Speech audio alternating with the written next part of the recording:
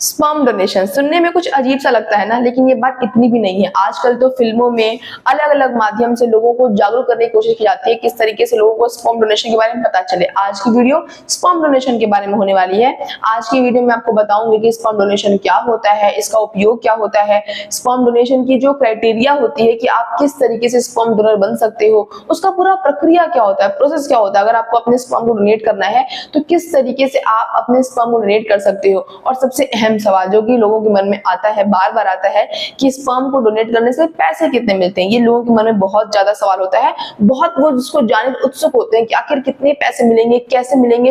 इन सभी चीजों को आज वीडियो में हम कवर करेंगे। आज की वीडियो बेहद इंपॉर्टेंट है, लोगों को जागरूक करने वाली है, इसलिए वीडियो को देखना और साथ ही साथ अपने फ्रेंड्स को शेयर भी करना, ताकि उनको भी इस इंफॉर्मेशन के बारे में पता चले। स्टार्ट करते हैं। सबसे पहले समझते हैं कि आखिर स्पर्म डोनेशन क्या होता है। देखो, जो स्पर्म डोनेशन होता है उसका मतलब ये होता है कि एक हेल्दी आदमी अपना सीमेन डोनेट करता है स्पर्म बैंक को या फिर फर्टिलिटी क्लिनिक को। जिस तरीके से ब्लड बैंक होता है ना, वैसे स्पर्म बैंक भी होता है। तो अगर किसी पुरुष को अपने स्पर्म को डोनेट करना हो तो वो सिर्फ दो जगह डोनेट कर सकता है, या तो स्पर्म बैंक से कांटेक्ट करता है या तो फिर किसी फर्टिलिटी क्लिनिक से वहां पे संपर्क करता है। उसके बाद जाकर वो अपने स्पर्म को डोनेट कर सकता है। आप जिस भी सिटी में रहते हो, जिस भी एरिया में रहते हो, वहां आप पता करोगे तो आपके भी आसपास बहुत सारे ऐसे क्लिनिक्स होंगे, ऐसे बैंक होंगे जहां पे आप जाकर अपने सीमेन को डोनेट कर सकते हो। अब बात करते हैं इसका उपयोग क्या होता है, क्यों इंसान अपने स्पर्म को डोनेट करेगा। अगर आप अपने स्पर्म को डोनेट कर रहे हो, इसका मतलब कोई ऐसा व्यक्ति भी है जो कि आपके स्पर्म को परचेज करता है या फिर अपने बच्चे पैदा करने की प्रक्रिया में उसका इस्तेमाल करता है। तो देखो, उसका उपयोग ये है कि उन कपल्स को हेल्प करता है जो बच्चा पैदा नहीं कर पाते हैं। ऐसे बहुत सारे कपल्स है दुनिया में जो कि बच्चा पैदा नहीं कर पाते हैं, उनको आपका स्पर्म हेल्पफुल होता है, काम आता है। जैसे ऐसे कोई कपल्स जिनमें सीमेन की यानी स्पर्म में कोई समस्या है, जैसे उनका जो स्पर्म काउंट है वो अच्छा नहीं है, या फिर उनका स्पर्म हेल्दी नहीं है, उनके स्पर्म का शेप साइज सही नहीं है, या फिर जीरो स्पर्म है, कोई भी समस्या हो सकती है। स्पर्म में ऐसे तो है नहीं कि एक ही समस्या होती है, कई तरह की क्या हो सकती है, समस्याएं हो सकती हैं, जिसके चलते कोई पुरुष पिता नहीं बन पाता है। तो ऐसे बहुत सारे कपल्स होते हैं, वो कपल्स लाख ट्राई करते हैं बट कंसीव नहीं कर पाते हैं। तो जो आपने स्पर्म डोनेट किया होता है, उसी स्पर्म का इस्तेमाल करके वो लोग कपल्स बन जाते हैं। तो इससे अच्छी बात और क्या हो सकती है, इसीलिए स्पर्म डोनेशन का यूज किया जाता है। आगे बात करते हैं, क्या एलिजिबिलिटी क्राइटेरिया होती है स्पर्म डोनर बनने की। कि अगर मान लेते हैं कि जो लोग भी आप वीडियो देख रहे हो, आपके मन में सवाल आएगा ना कि अगर मुझे अपना स्पर्म डोनेट करना हो तो क्या क्या क्राइटेरिया होनी चाहिए। तो सबसे पहली चीज जो है वो ये है कि आपकी जो उम्र है वो 18 से 35 वर्ष के बीच में होनी चाहिए। अगर आप 18 वर्ष से कम है आपकी उम्र, या फिर अगर आपकी उम्र 35 वर्ष से ज्यादा है, तो आप स्पर्म डोनेट नहीं कर सकते। क्यों नहीं कर सकते? क्योंकि 35 वर्ष के बाद जो स्पर्म की क्वालिटी होती है ना, वो थोड़ी सी डिक्लाइन हो जाती है, डिक्रीज होती है, यानी कि थोड़ी थोड़ी सी जो गुणवत्ता है वो खराब होती है। तो इसलिए जो फर्टिलिटी पीरियड होता है जब आप स्पर्म को डोनेट करो, वो 18 से 35 वर्ष के बीच में होता है, और 18 से पहले तो सवाल पैदा नहीं होता। उसके अलावा भी क्राइटेरिया होता है। ऐसा नहीं कि अगर आपकी उम्र 18 से 35 वर्ष के बीच में है तो आप जाकर अपना स्पर्म डोनेट कर दोगे। उसके और भी बहुत सारे क्राइटेरिया होता है। जो दूसरा क्राइटेरिया वो ये है हेल्दी लाइफस्टाइल। आप स्मोकिंग, अल्कोहल या ड्रग का यूज ना करते हो तभी आप अपने स्पर्म को डोनेट कर सकते हो। जाहिर सी बात है, जो लोग इन सब का सेवन करते हैं उनका स्पर्म हेल्दी स्पर्म में काउंट नहीं होता है। तो आप स्पर्म डोनेट भी कर रहे हो, वो स्पर्म किसी और बच्चे के लिए हम उसको उपयोग भी, मतलब जो फर्टिलिटी क्लिनिक है वो उसका उपयोग भी करेंगे। तो ऐसे इंसान का स्पर्म क्यों लेंगे जो इंसान अनहेल्दी है, जिसका स्पर्म अनहेल्दी है। इसलिए ऐसे लोगों का स्पर्म इस्तेमाल नहीं होता। तीसरी चीज ये है कि मेडिकल हिस्ट्री क्लियर होनी चाहिए, कोई आपको बीमारी ऐसी नहीं होनी चाहिए।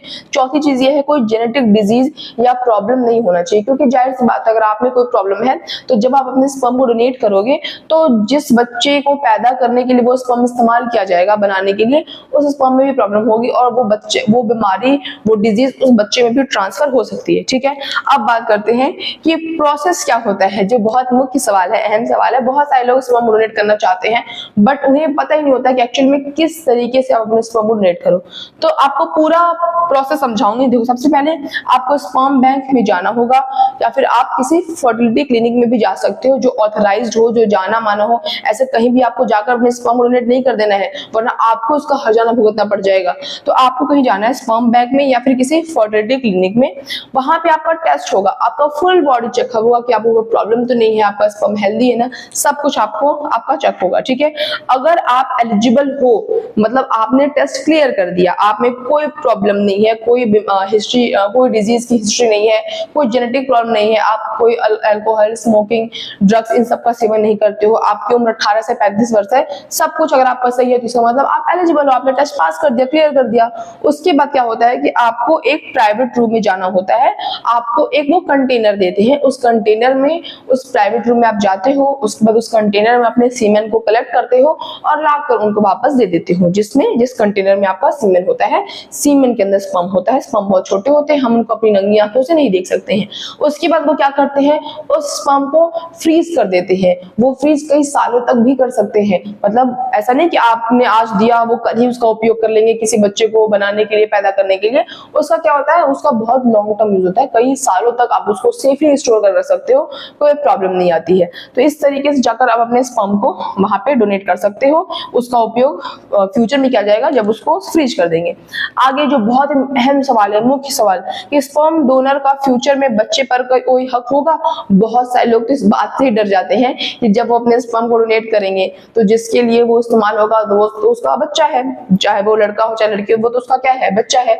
तो कहीं ऐसा तो नहीं होगा कि बाद में वो मेरे मत्थे मर देंगे, कहेंगे कि ये तुम्हारा बच्चा है, तुम पालो। भाई हम कुछ नहीं जानते, ऐसा नहीं होता गाइस, क्योंकि जब आप स्पर्म को अपने डोनेट करते हो तो आपसे कॉन्ट्रैक्ट साइन कराया जाता है, वहां पे साफ साफ लिखा होता है कि आपका उस बच्चे पे या फिर उस बच्चे का आप पे ऊपर कोई भी हक अधिकार नहीं होगा, आपने सिर्फ स्पर्म को डोनेट किया है, पहली बात। और दूसरी बात, ये जानकारी बिल्कुल गुप्त रखी जाती है, ये जानकारी किसी से शेयर नहीं की जाती।